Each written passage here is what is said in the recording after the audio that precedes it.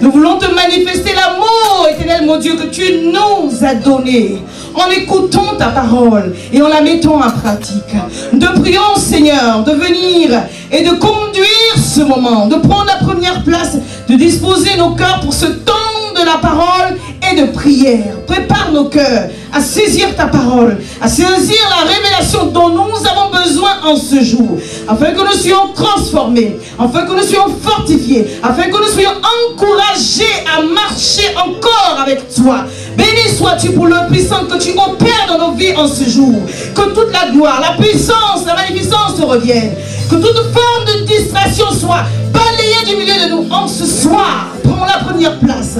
Bénis-nous, Père, par ta parole, par ce moment, par ta présence, au nom de Jésus. Et le peuple de Dieu dit Amen. Est-ce qu'on peut acclamer le Seigneur très fort?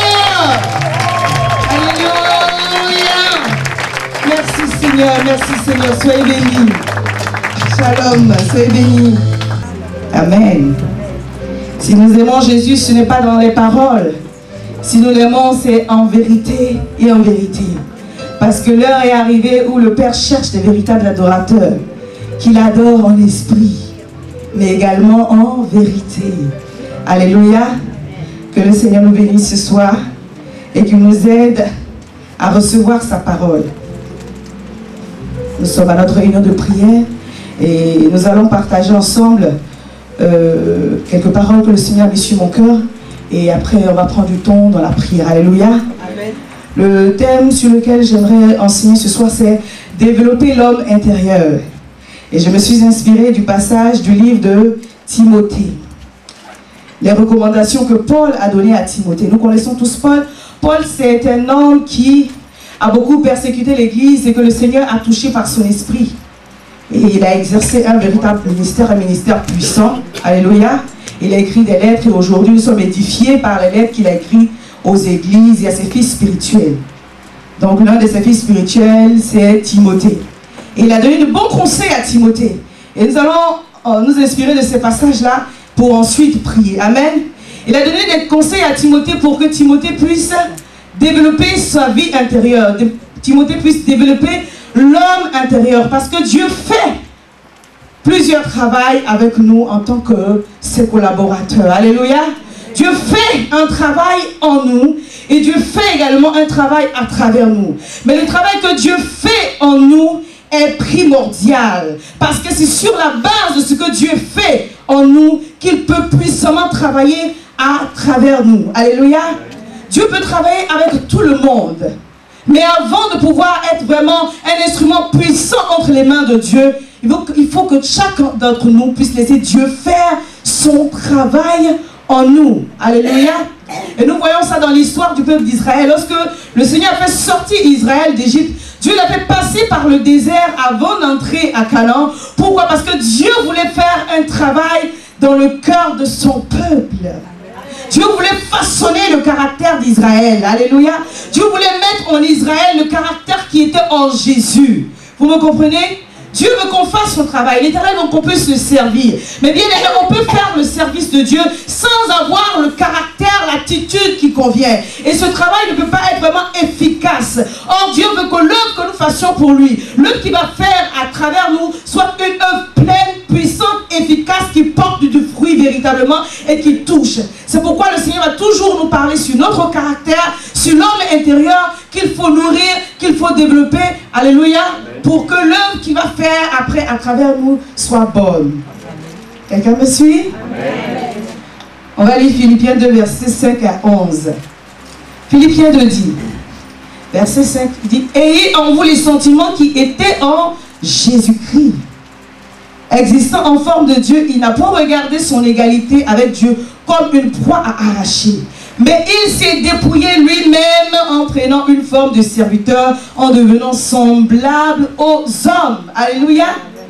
Ayons en nous les sentiments qui étaient en Jésus. Qu'est-ce qu'il a fait? Il s'est dépouillé lui-même. Pourtant, il était Dieu et il était l'égal de Dieu. Mais il n'a pas regardé sa position comme quelque chose de glorieux. Il s'est plutôt abaissé. Bien aimé, ça va nécessiter en nous un effort. Dis un effort. Alléluia.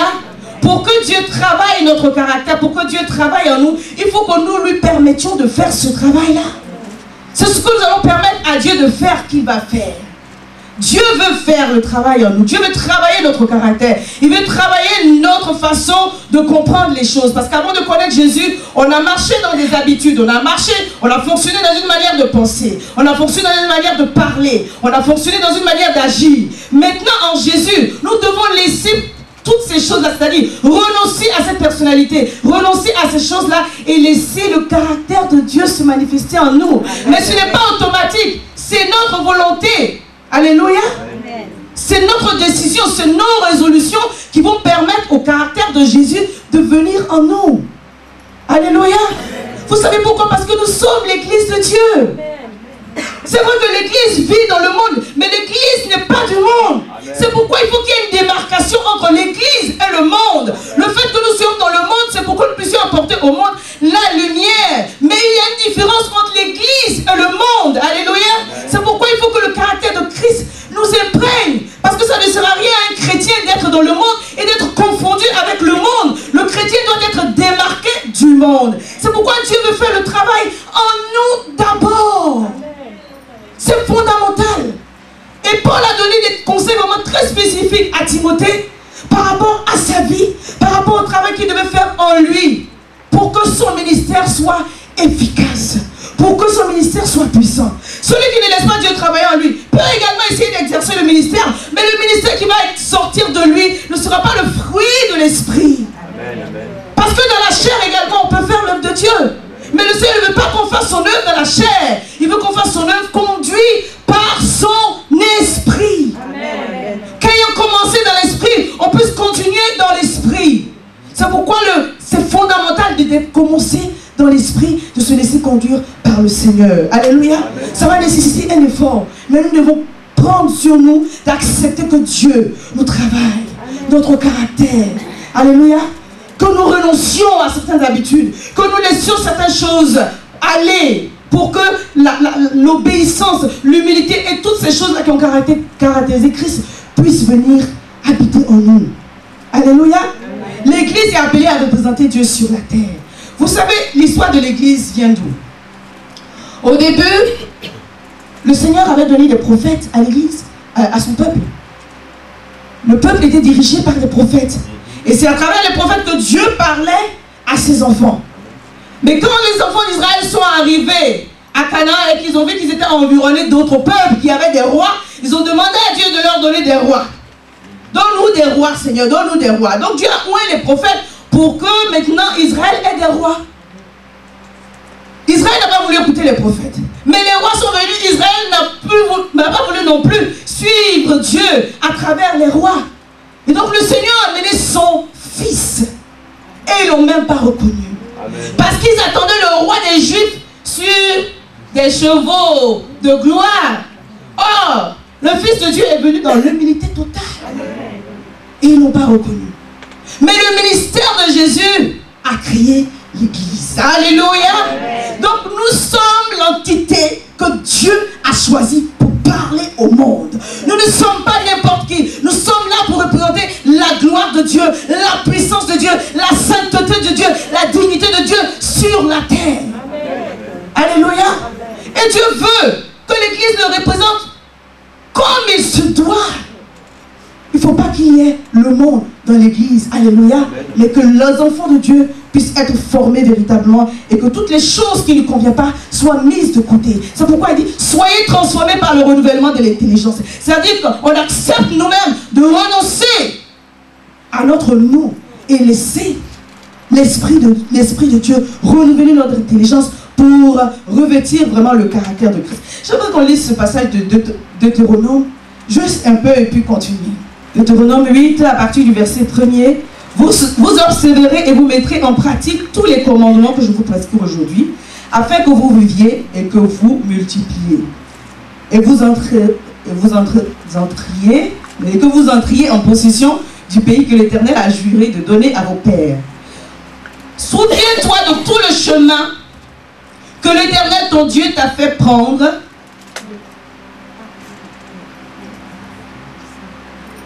Souviens-toi de tout le chemin que l'Éternel ton Dieu t'a fait faire pendant ces 40 années dans le désert, afin de t'humilier et de t'éprouver pour savoir quelles étaient les dispositions de ton cœur, si tu gardes ou non ces commandements. Amen. Alléluia.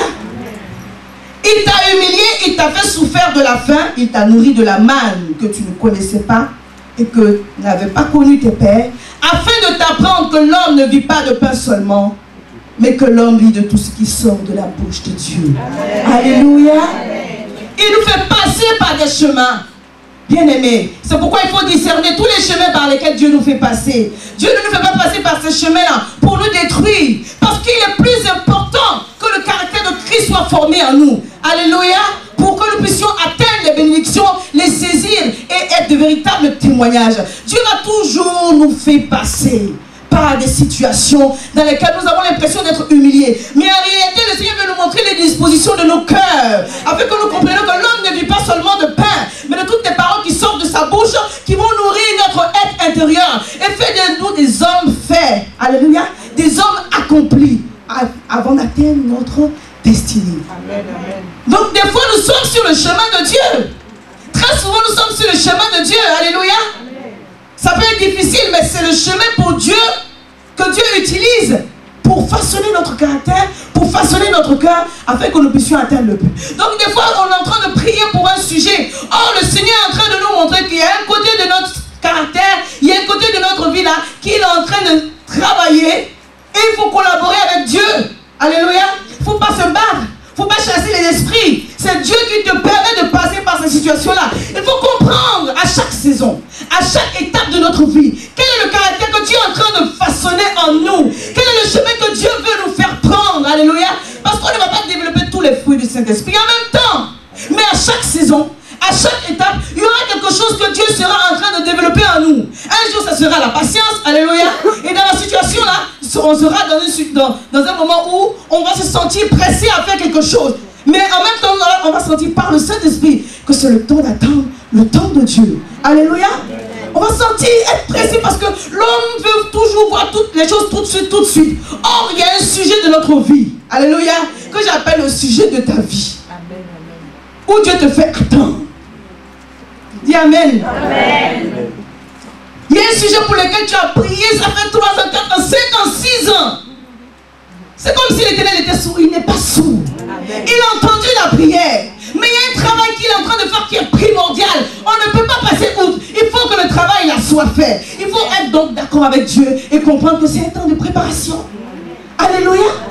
À chaque étape de notre vie, il faut discerner et comprendre avec l'Esprit de Dieu où est-ce que j'en suis. Parce que Dieu est en train de faire quelque chose. Une chose est sûre, il ne t'abandonnera pas. Parce qu'il n'a pas abandonné son peuple. Dans le désert, il leur a donné la manne. Il les a vêtus. Il les a chaussés. Il a pris soin d'eux. Mais ils ont été humiliés également. Parce que l'Éternel est en train de leur montrer la disposition de leur cœur et de leur faire comprendre que l'homme ne vivra pas de pain seulement, mais de toute parole qui sort de la bouche de Dieu.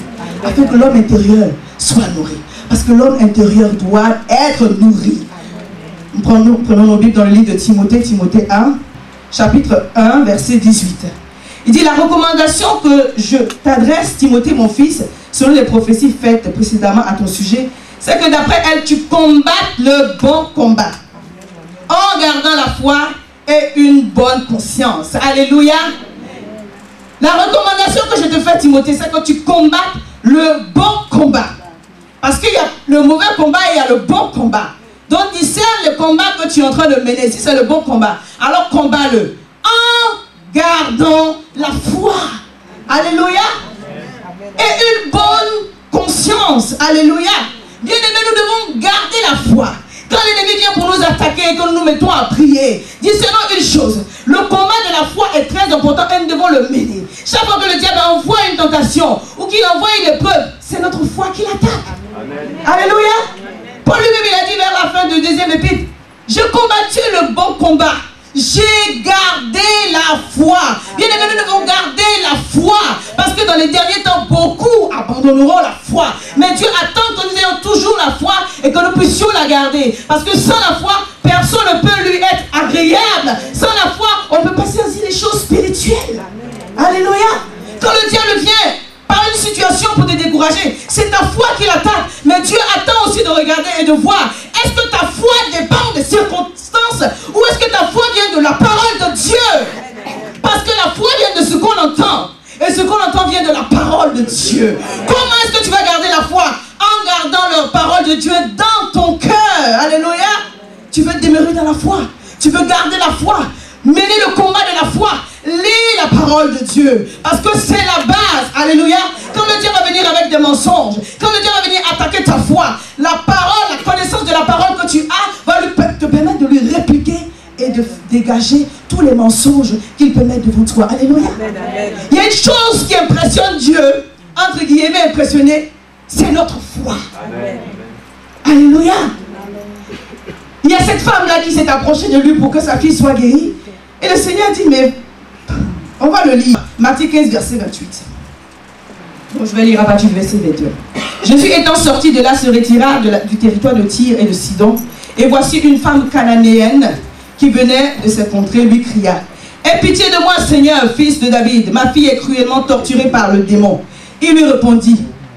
Il ne lui répondit pas un mot. Et ses disciples s'approchèrent et lui dirent avec instance, renvoie-la, car elle crie derrière nous. Il répondit, je n'ai été envoyé qu'aux brebis perdues de la maison d'Israël. Mais elle vint se prosterner devant lui, disant, Seigneur, secours-moi. Il répondit, il n'est pas bien de prendre le pain des enfants et de le jeter aux petits chiens. Oui, Seigneur, dit-elle, mais les petits chiens mangent les miettes qui tombent de la table de leur maître. Et au verset 28, Jésus dit, alors Jésus lui dit, femme, ta foi est grande, qu'il te soit fait comme tu veux. Et l'heure même, sa fille fut guérie. Alléluia. Tu veux t'approcher de Dieu? Approche-toi avec foi. Alléluia. Jésus, c'est là le passage où tu entends Jésus faire vraiment des compliments par rapport à la foi. Alléluia. Il a dit, femme, ta foi est grande. Le Seigneur a été impressionné par la foi de cette femme. Alléluia. Le Seigneur a été touché par la foi de cette femme. Et sa foi a permis à sa fille de recevoir la guérison. Bien aimé, quand tu t'approches de Dieu, approche-toi avec foi. Parce que le Seigneur voit ta foi et c'est en fonction de ta foi qu'il va pouvoir répondre à ton besoin. Approche-toi de Dieu avec foi. Il y a ce deuxième exemple où les malades, où des parents envoyaient un malade devant Jésus. Et comme il y avait tellement de la foule, ils n'ont pas pu passer par la porte normale. Et ils ont découvert le toit et ils ont emmené le malade devant Jésus. La Bible dit dans Marc 2, Jésus, voyant leur foi, dit au malade, lève-toi, ta foi t'a guéri. Alléluia. La Bible dit que Jésus, voyant la foi, ça veut dire que quand le Seigneur nous regarde, il voit notre foi. Avant que le Seigneur ne parle avec toi, quand tu t'approches de lui dans la prière, tu t'approches comment? Quand tu t'approches de lui dans la prière pour ouvrir la bouche, quand Jésus te regarde, qu'est-ce qu'il voit? Il voit ta foi? Oui, il voit les plaintes, les murmures et toutes les choses négatives que tu as dites depuis le début de la journée. Qu'est-ce que Jésus voit? Jésus veut voir ta foi. Alléluia.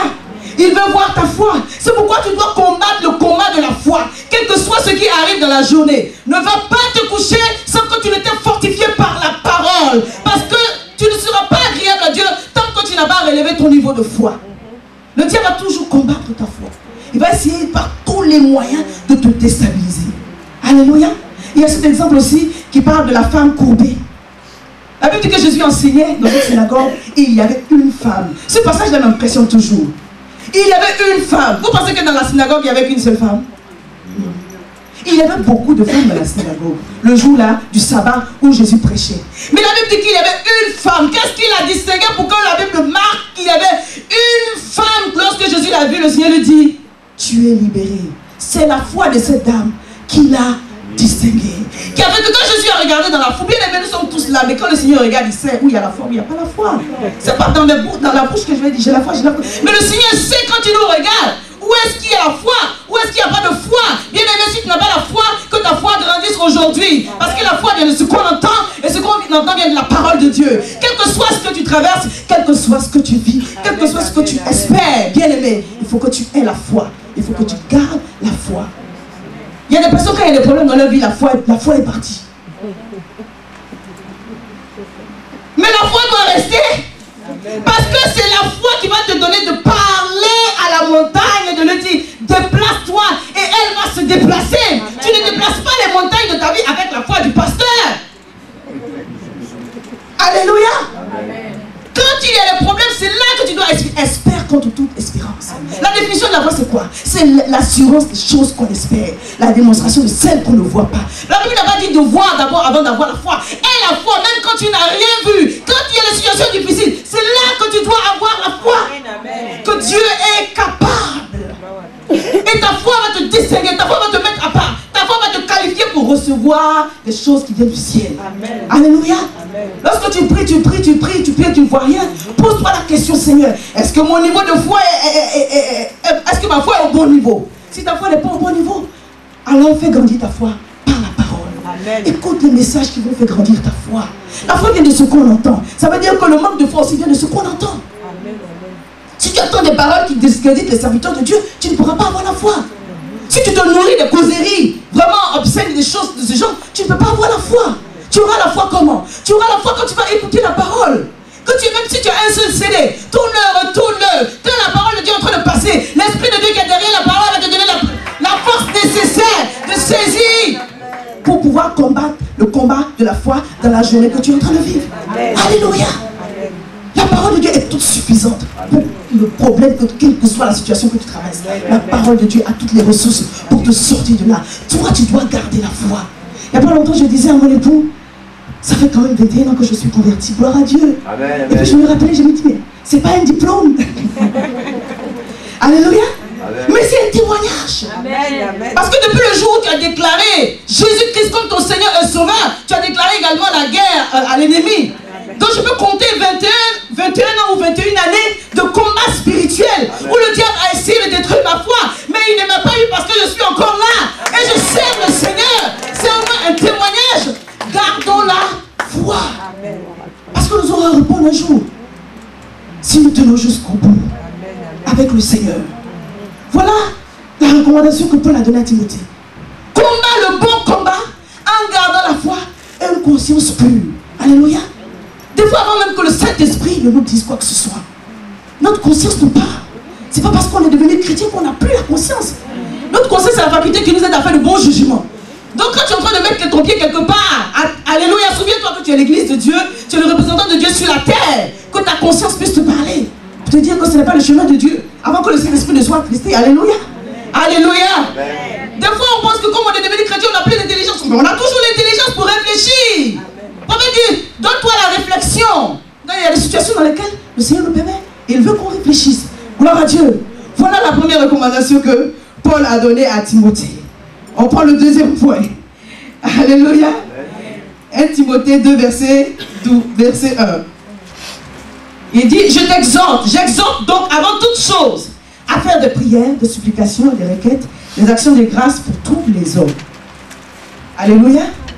Souvent, on utilise ce verset-là pour dire, pour parler de la prière qu'on doit adresser aux autorités, ou pour les autorités, l'intercession pour les autorités. C'est bien, mais Paul était en train d'adresser à Timothée un conseil fondamental. Il dit, avant toute chose, il dit bien, j'exhorte donc, avant toute chose, avant quoi que ce soit d'autre, la prière.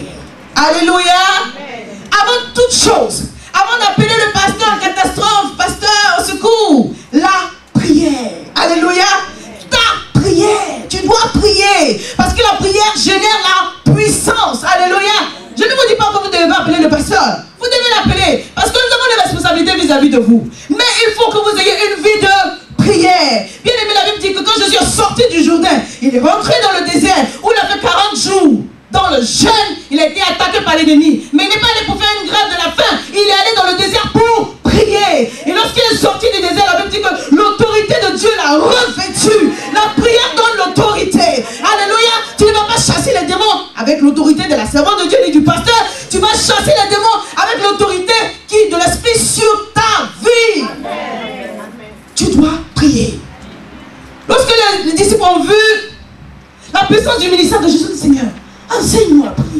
Et dans Matthieu 6, verset 9, il leur a enseigné la manière dont il devait prier. Bien aimé, dans la prière, tu vas déplacer des montagnes. La prière est également un acte de foi. Parce que quand tu pries, tu n'as pas encore vu la solution. Mais tu crois que Dieu